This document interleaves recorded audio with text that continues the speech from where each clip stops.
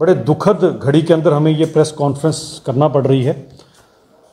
दुख इस बात का है कि जो एनकाउंटर जो थाना कठुआ में चल रहा था और जिसे हमारे J&K पुलिस के वीर जवानों ने अपने प्राणों की आहुति देकर नियर अबाउट सफलतापूर्ण अभी तक निभा लिया है, उसमें जो लेटेस्ट जो हमारे पास सूचना है 3 से 4 आतंकी पाकिस्तान के भाड़े के जो टट्टू थे उन्हें ढेर कर दिया गया है। लेकिन जो हमारा नुकसान हुआ और इररिपेयरेबल जो नुकसान है हमारे 3 J&K पुलिस के जवान और एक जो लेटेस्ट और इन्फॉर्मेशन आ रही है 4 लोग जिन्होंने अपनी शहादत दी है। इसके अंदर हमारे जसवंत सिंह जी, BS चिप जी और तारिक अहमद, तो इनको श्रद्धांजलि देते हुए नमन आंखों के साथ आज भारतीय जनता पार्टी पूरी की पूरी इनके और उनके परिवार के साथ खड़ी है। मैं ये कहना चाहता हूं कि ये नुकसान जो उनके घर वालों का ये तो हम कभी पूरा नहीं कर पाएंगे, लेकिन एक चीज़ है कि इनके साथ हम सभी के सभी हमेशा खड़े रहेंगे। और बड़ी बात यह कि हमारे देश का वीर जवान जब भी शहादत देता अपनी मातृभूमि के ऊपर, उसको एक अफसोस रह जाता कि ये मातृभूमि, मेरे पास केवल एक ही प्राण थे, अगर मेरे पास और भी प्राण होते तो बार बार तेरे ऊपर से मैं निशावर कर देता। ये जज्बा है, शायद इसी कारण ये जो नापाक मुल्क, ये जो षड्यंत्रकारी मुल्क जो गलती से हमारा हमसाया है, इससे हम काफ़ी हद तक बच जाते हैं। और खासकर अगर आप अभी देखें तो पाकिस्तान ने जो अपनी स्ट्रेटजी शिफ्ट की है, जो आप कश्मीर से इस बॉर्डर की तरफ जहां से वो टेररिस्ट पार करने की कोशिश करते हैं, कुछ हद तक कभी कभी कामयाब हो जाते हैं, लेकिन हमारी J&K पुलिस और हमारी सिक्योरिटी फोर्सेस बड़ी मुस्तैदी से इनके साथ लड़कर हमारे को बचाने में कामयाब रहती है। लेकिन इस मुल्क का तो खैर इलाज घर पर घुसकर ही किया जाता है, जो भारतीय जनता पार्टी अच्छी तरह से जानती है, भले वो बालाकोट या उड़ी सर्जिकल स्ट्राइक रही हो, यही एक इनका इलाज है। लेकिन अभी भी दुर्भाग्य यह है कि अभी भी कुछ यहाँ पर ऐसे लोग और कुछ ऐसे नेता हैं जो इसी पाकिस्तान से बात करने की वकालत करते हैं।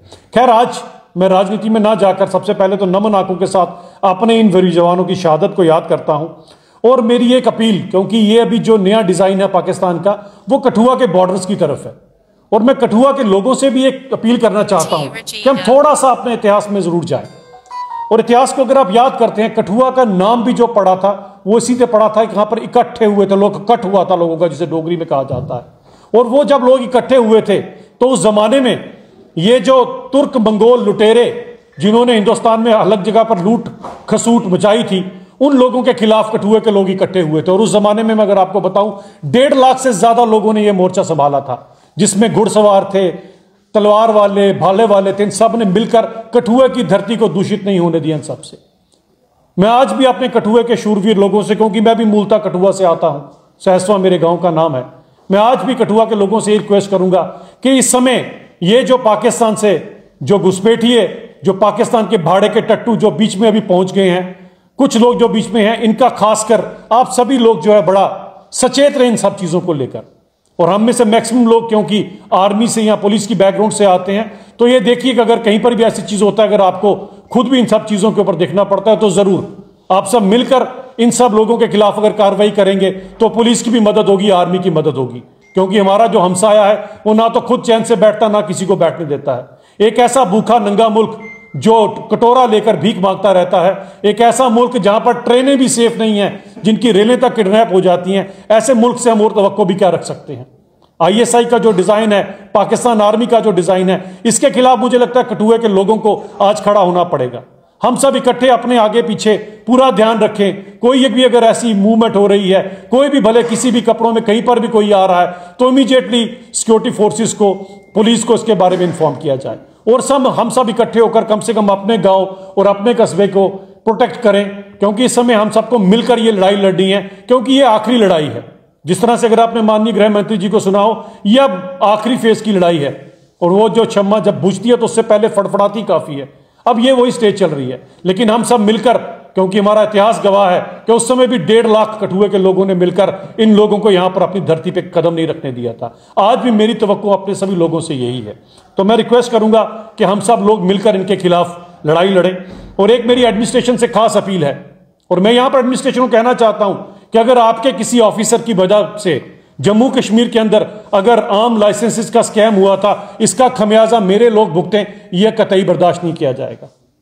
आपके यहां पर जो लैकूना था, उसके कारण आज मेरे लोगों के जो लाइसेंस रिन्यू होने हैं, मेरे लोगों ने जो नए लाइसेंस के लिए अप्लाई किया है, वो पूरे ही नहीं हो पा रहे हैं। अगर 100 लोग अप्लाई करते हैं, खींच के एक आधे को किसी को मिलता है, बाकी लोगों को क्या कसूर है? ये सभी के सभी देशभक्त हैं और मुझे लगता है जब ये अगर अपने सभी जितने डॉक्यूमेंट चाहिए उनको पूरा कर रहे हैं, तो आपको लाइसेंस देने में कोई हर्ज नहीं होना चाहिए। ये इनका हक बनता है लाइसेंस के ऊपर, और रिन्यू करना भी इनका हक है। जिन्होंने अप्लाई किया है, खामखा बिना किसी बात के इनके लाइसेंस को ना रोका जाए, क्योंकि यह मुझे लगता है बहुत गलत है। और गलती एडमिनिस्ट्रेशन की है तो एडमिनिस्ट्रेशन अपनी गलती को देखे, हमारे लोग क्यों भुगते इसके ऊपर?